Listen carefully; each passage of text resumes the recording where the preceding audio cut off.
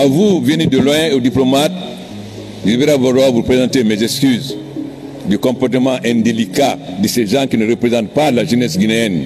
J'ai été étudiant avant vous, nous avons rendu l'Afrique fière de nous. Vous êtes comme des cabris, comme des tablettes, comme des cabris. On ne mettra pas de tablettes à votre disposition. Ce n'est pas un droit. Même en France, aux États-Unis, on n'a pas mis à l'élection des étudiants des tablettes. On a mis des ordinateurs dans les écoles.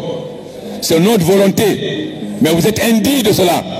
Donc pour le moment, on suspend les tablettes jusqu'à nouvel ordre.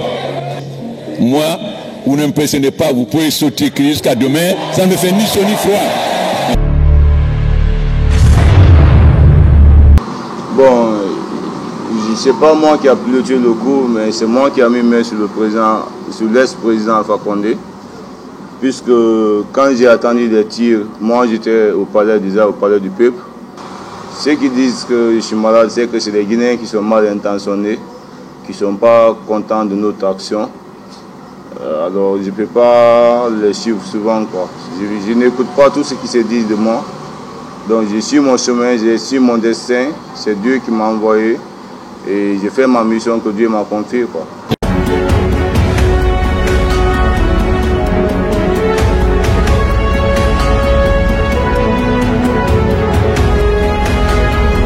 Et c'est ainsi qu'arrive le jour du 4 septembre 2021, la veille du coup d'État. Alpha Condé est rentré depuis quelques jours d'un voyage non officiel en Italie où il a rencontré un ami entrepreneur italo-érythréen du nom de Makonem Asmaron. Ce soir-là, dans son palais, il prenait part à un dîner avec des invités étrangers et il leur expliquait sa grande vision pour la Guinée qu'il voulait, selon ses propres mots, deuxième économie de l'Afrique de l'Ouest à l'horizon 2030 derrière le Nigeria. Rien que ça. Le président disait aussi vouloir desserrer la vis autour du budget de l'armée car il est conscient de la grogne au sein de son armée et estime qu'il n'est pas nécessaire de se créer des problèmes à ce niveau-là. Sauf qu'il était déjà trop tard et le réveil allait être brutal. Après la soirée, Alpha Condé, dont l'entourage savait qu'il vivait seul et avait du mal à s'endormir, se retrouve une fois de plus seul dans son palais, ne parvenant pas à trouver le sommeil avant le petit matin. Il faut dire que Alpha Condé ne s'est installé au palais présidentiel qu'après une tentative de coup d'État qui a soufflé une partie de sa maison. Sa femme, Djené Kaba, vit ailleurs dans la ville tandis que son fils unique, Mohamed, réside au Costa Rica. Voilà oh denukanye voilà voilà oh bla kondo kanye voilà voilà bla kondo voilà oh denukanye voilà oh yelo denukanye voilà bla kondo voilà oh voilà oh yelo denu kaye voilà voilà denu kaye voilà la prole voilà oh denu kaye voilà voilà oh la prole kaye voilà voilà denu kaye voilà la prole kaye voilà oh denu kaye voilà voilà oh yelo denu kaye voilà voilà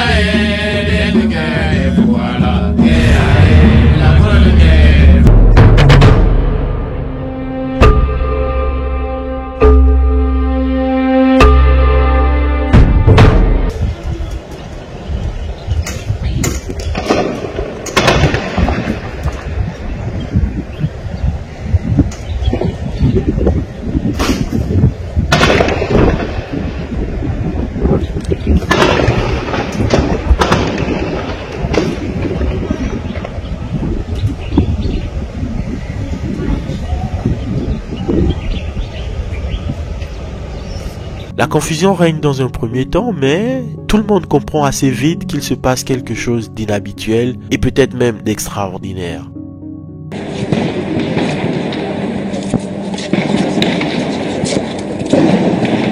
Le groupement des forces spéciales, bien organisé et lourdement armé, avait lancé une opération ciblée pour renverser Alpha Condé.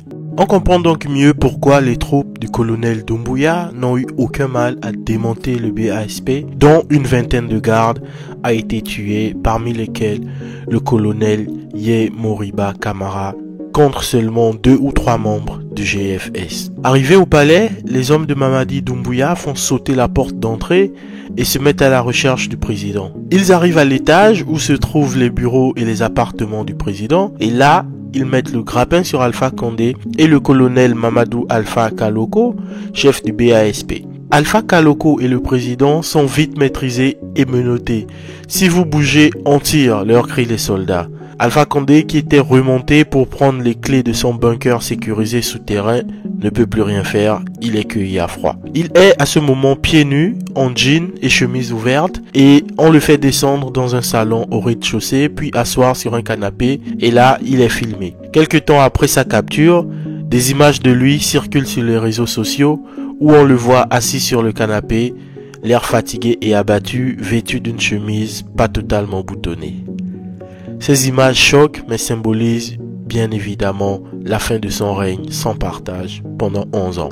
C'est ainsi que j'ai reçu un appel dans le talquier de mon chef, soi-disant de prendre le blindé. On avait un véhicule blindé que j'ai pris. Il m'a dit de prendre le devant et j'ai pris le devant. J'ai piloté le blindé jusqu'à ce que j'ai cassé toutes les portes du palais Sékou-Touré. On est rentré au palais Sékou-Touré. Il y avait tellement de tirs que moi je ne pouvais pas m'arrêter. Je ne faisais que casser les portes pour donner l'espace et la rentrée à mes camarades pour rentrer dans la cour. Et après avoir fini de casser la porte, je me suis dirigé avec mon équipe de 5 éléments. Et on a essayé de joindre le palais. On est monté à l'escalier jusqu'à ce qu'on a mis main sur le président. On l'a traité avec bonté. Moi, je lui ai dit que je suis venu pour l'arrêter parce que les Guinéens souffrent beaucoup et les choses sont dures en Guinée. Ce n'est pas pour lui faire du mal, on l'a traité comme en bonté. On l'a envoyé là où on devait l'envoyer. Et je lui ai toujours rendu compte à mon chef hiérarchique et j'ai suivi les instructions de mon chef. C'est pourquoi nous sommes là où nous sommes aujourd'hui. Bon, quand nous sommes rentrés, moi personnellement, je ne l'ai pas vu dans la chambre. Il n'était pas sous le lit. Parce que le lit était vide. Même en bas du lit, on a vérifié, il n'était pas là. C'est après avoir fait certains fouillages que je l'ai trouvé dans le bureau. Il était dans son bureau. Il était dans le bureau, mais il n'était pas visible après avoir cassé la porte de son bureau.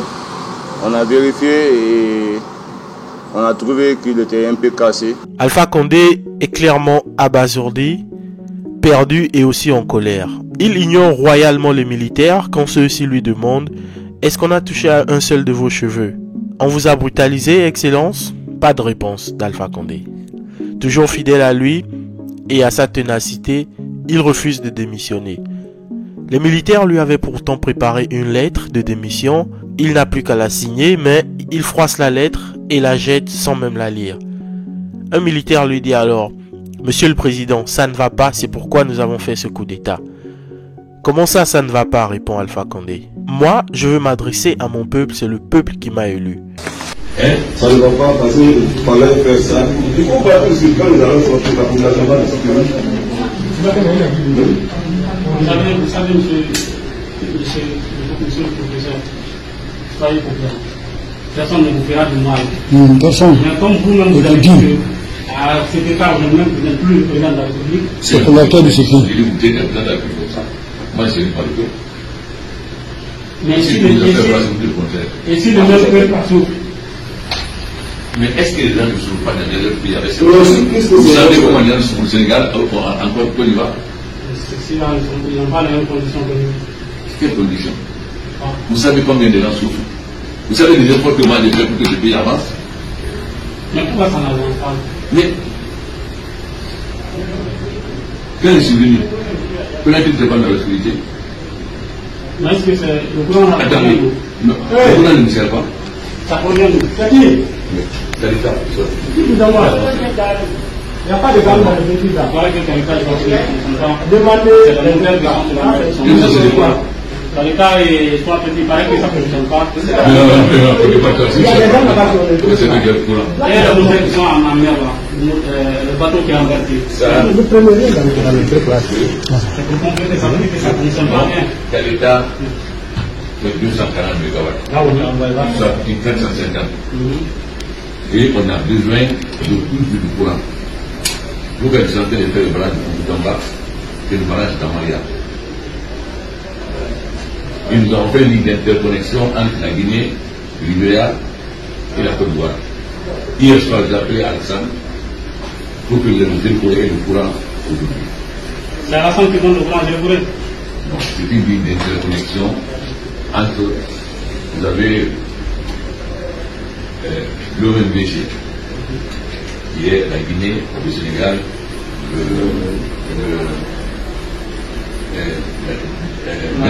Gambie et Guinée-Bissau. Vous avez l'OMVS, qui est la Guinée, le Mali, le Sénégal et la Mauritanie. Donc, on devrait faire des barrages ensemble. Et vous entendez, moi j'ai essayé de faire des barrages, seul la Guinée seule à faire des barrages. Mais on a un accord, on a oublié de leur donner du courant. Donc on a fait de faire une interconnexion pour que les différents pays se donnent du courant. Et hier soir, j'ai appelé Alassane. Il doit donner le courant à Dembélé. Moi, je suis en train de donner le courant à la Guinée-Bissau, à la Gambie et au Mali.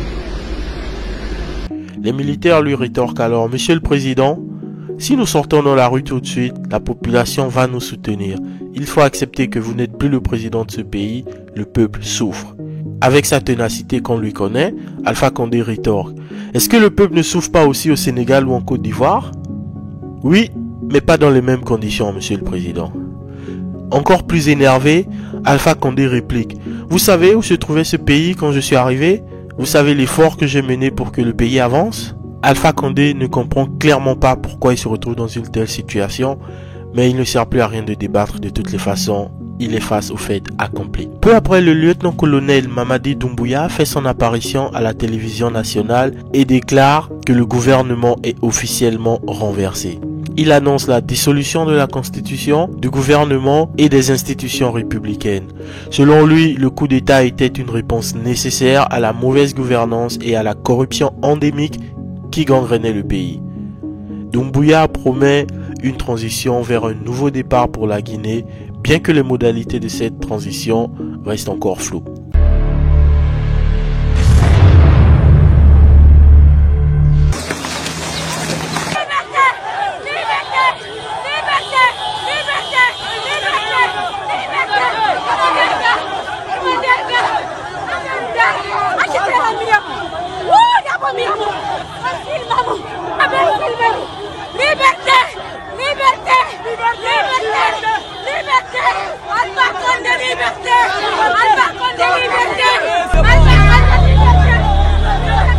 Ceux qui sont contents parce qu'Alpha Condé est arrêté, vous êtes encore contents qu'un fils de l'Afrique soit arrêté par l'Occident. Pas par les Africains, mais par l'Occident. Par des personnes envoyées par l'Occident pour arrêter nos présidents. Vous êtes contents? Oui, vous êtes contents. Ce n'est pas un militaire guinéen qui l'a arrêté. C'est un légionnaire français qui a infiltré l'armée guinéenne pour l'arrêter. Vous êtes fiers? On va voir.